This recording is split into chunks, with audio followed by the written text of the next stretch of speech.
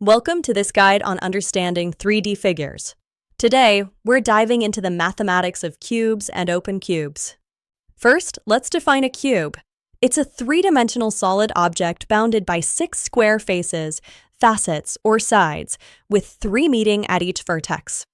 The surface area is the total area of all the faces. Imagine unfolding the cube like a cardboard box. You get 6 identical squares.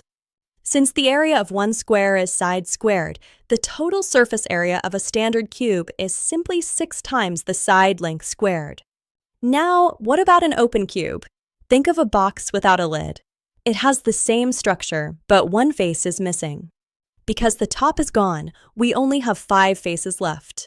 So, the surface area formula becomes 5 times the side length squared. Moving on to volume. Volume measures the amount of space inside the 3D figure.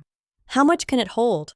For a cube, volume is calculated by multiplying the length, width, and height.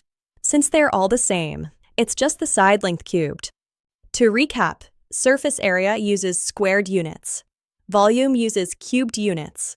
Remember the difference between a closed cube with 6 faces and an open one with 5.